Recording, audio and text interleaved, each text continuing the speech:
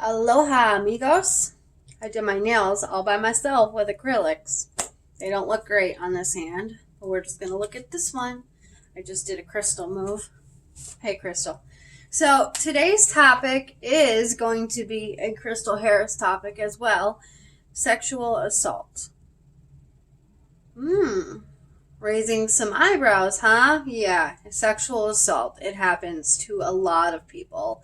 And I say people, not just women, because a lot of men are assaulted as well, usually by other men, or molested, or hurt, or somehow obviously abused in some form of sexuality by another male or female.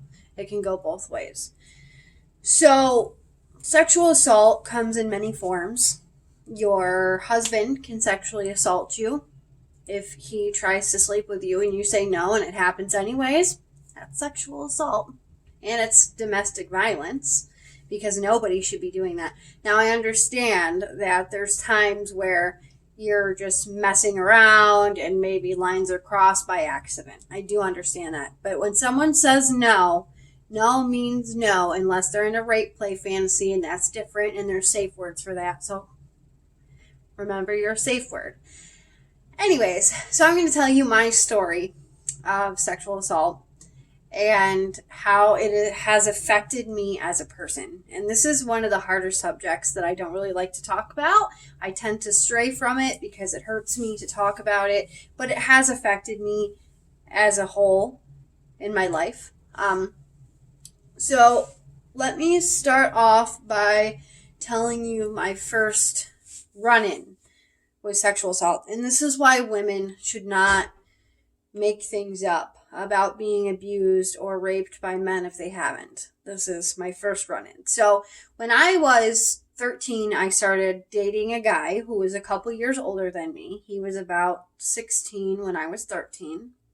We did start sleeping together after 6 months of dating. Everyone was highly against him as a person and me dating him because he wasn't the most attractive looking person and he didn't have a lot of money and he came from, a town where he had just moved into town and no one knew him and he needed resource classes and so forth. And because of that, people judged him very harshly. Now, he never disrespected me. He was so good to me. He was probably to this day in second place as to who has treated me correctly throughout my life. My boyfriend today treats me better than anyone has, but he definitely was up there. He was my top running, boyfriend throughout my life after I dated all these terrible guys after him. But so one day he calls me and tells me that this girl had accused him of grabbing her at a school. Okay. Now, did it happen? He said no. He continued to say no. She said yes. Was I there? No. Do I know? No. Do I think it happened personally? No. But could it have? Yes. And I don't want to open a can of worms here, but I want to talk about how this affected my life. So the next 2 years, there was a restraining order put between the two of them. And whenever we would go to places that this girl may be around, if she saw us together, she would call the police and say he violated the restraining order. This would be like places in town that we literally would just be walking there and she would be there. And I pray for her to this day because I do not have a problem with her. But it definitely drove my life in this weird direction. I was in court every month. I had a petition made for him. I went overboard with it, but he was so good to me that I couldn't see that happening. I really couldn't.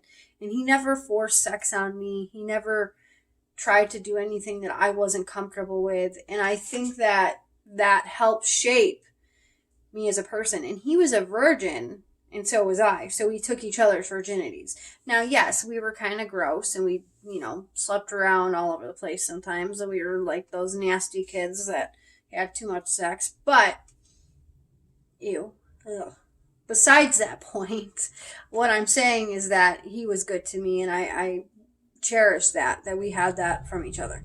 So eventually I got sick of going to court. I got sick of vouching for him. I started to become really pretty.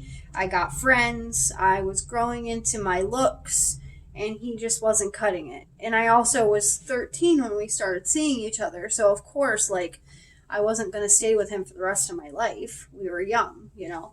And it took until about, I think I was 14 when I finally decided that I didn't want to be with him anymore. And I said, look, you know, I just don't think this is going to work out.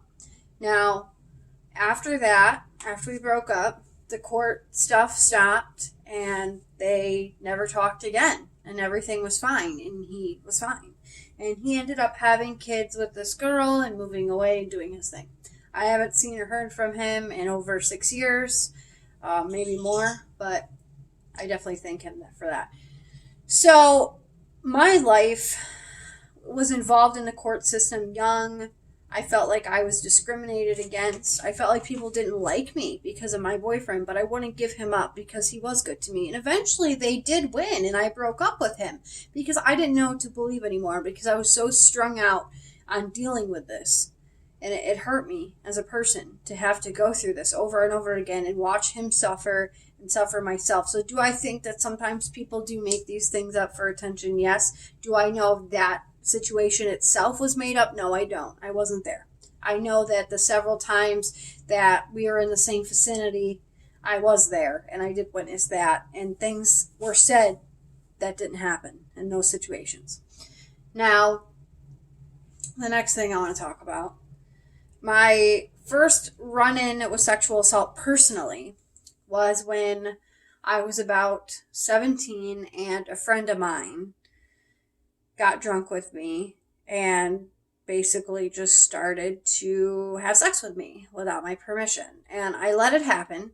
I didn't really stop it until about 60 seconds in because I had been drinking.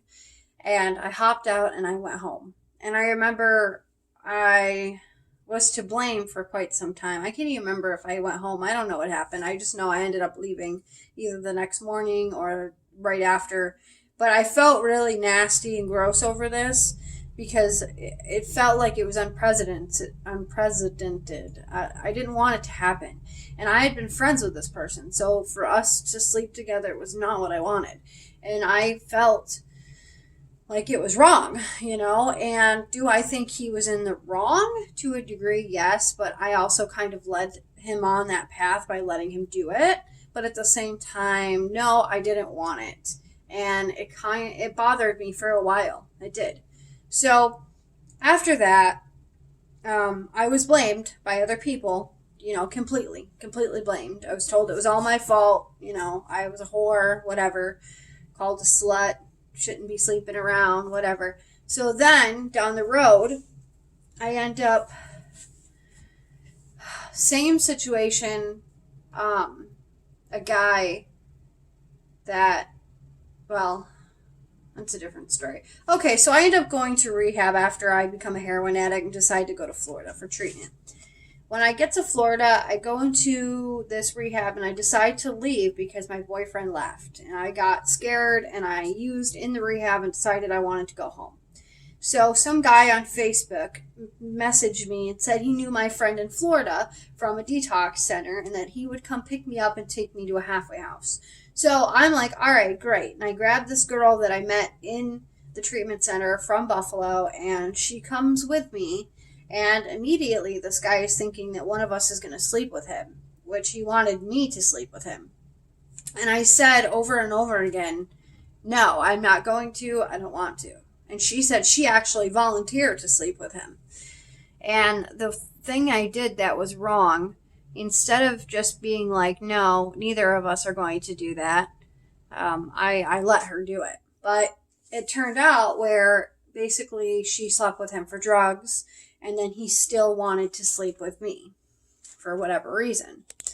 So I remember I was in this hotel, and he gave me some drug, said it was Molly or something. And I remember I passed out, and I woke up, and the girl was like hunched over next to me with a needle in her arm, and I was completely naked. He was gone, and I could only remember little bits and pieces, but I know that like he had slept with me.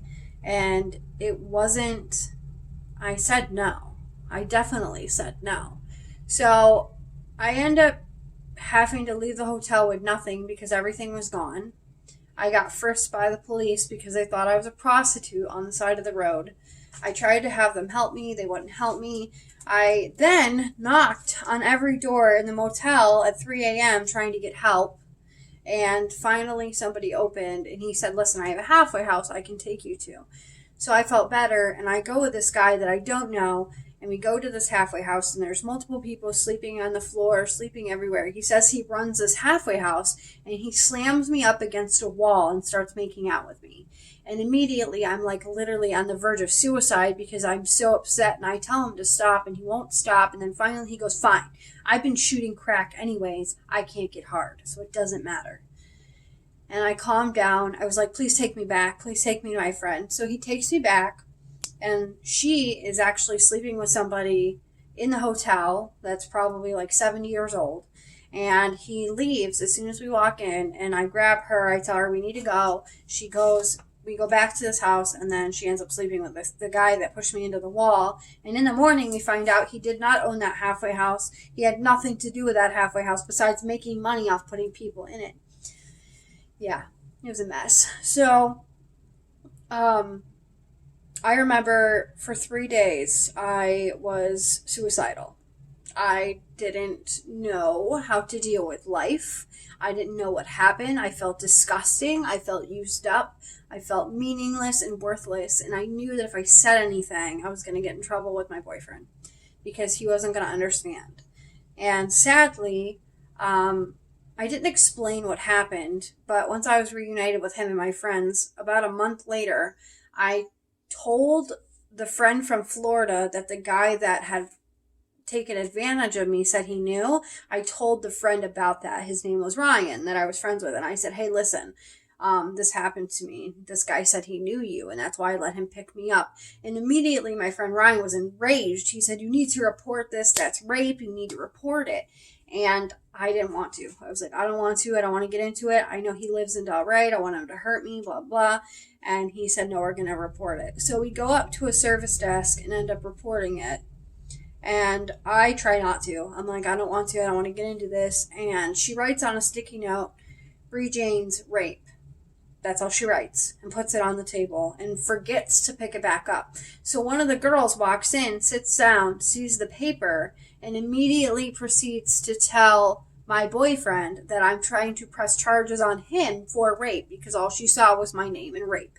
This is a total violation of HIPAA, but it is what it is. So she immediately tells him after she leaves the counselor's office, and immediately he starts questioning me, wondering why he raped me and blah, blah, blah. And obviously my boyfriend hadn't raped me. So I was just shocked because I was already upset. I was finally healing, and now I'm getting accused of trying to press charges on my boyfriend, and I wasn't. So, it was bad, and we argued, and we got in a huge fight over it, and then I explained what happened, and of course he didn't understand like I had suspected, and I continued to use drugs while trying to get clean in Florida, for some of that being the reason. That was my biggest sexual assault situation. Another one, I'm sober. I have 6 months clean. I'm talking to this guy, and he made me feel bad for him, literally. And I don't know why I said yes, and I just said yes because I felt bad. He almost cried. His mother was dying with cancer or something. His brother had passed away of an overdose. Same situation as like mine. His brother was 21 and he was 23. Same situation completely. And I felt bad, but this is before I had lost my sister. So I said yes, and we were friends, and I think that ruined our friendship. And we had sex. It was a couple minutes, and immediately I was like, no, why did I do this? And I had already told him no.